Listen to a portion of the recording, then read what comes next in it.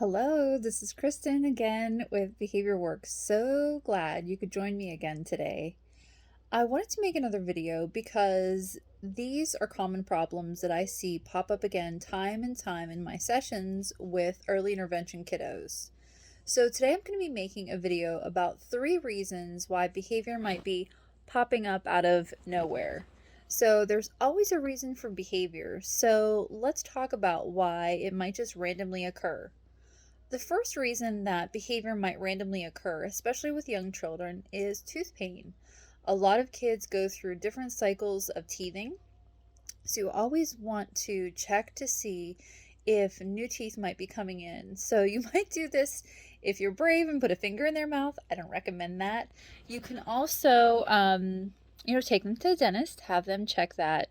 But you can also rub along the gum line. So to see, as you're rubbing along the gum line, if there's any hardened areas that might be sticking out as an indicator that there's a tooth coming in. So you can do that on the upper and the lower jaw line. The second reason that behavior might be popping up out of nowhere could be because of growth spurts or some pain or discomfort that your child is feeling. Perhaps they are going through a growth spurt, or they're having some belly pain or a headache, just like you and I experience on a normal basis. But if your child can't express that they're having any of these discomforts, of course it's going to look as though they're having a behavioral issue. So check in with your pediatrician and just use your intuition. See if there's something that might be going on with your kiddo and treat it as you normally would with pain management. The third reason, and this one really hits close to home, is at BehaviorWorx, we take a really holistic approach to behavior. So we look at nutrition, allergies, intolerances, sensitivities, your child's poop habits, sleeping habits, but a lot of what we do is around nutrition in the gut. So one of the reasons that Preston, my son, has some behavioral issues lately, and he actually headbutted me. I have makeup on, but this little area on my eye, you might be able to see it very slightly, but he headbutted me lately. And we were just playing around, and he was looking straight at me and just headbutted me.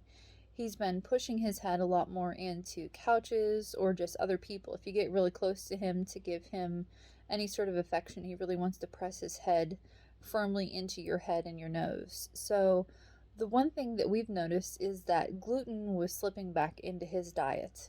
Now, we've had some blood work. We went to a developmental pediatrician we've been working with closely and found that he has a sensitivity to gluten and dairy and soy. So when these things start to creep back into his diet, he has some behavioral issues, and one of them is headbutting and wanting to push his head into other people and objects. So what you can do is, if you think that their diet is off, check out those random sources.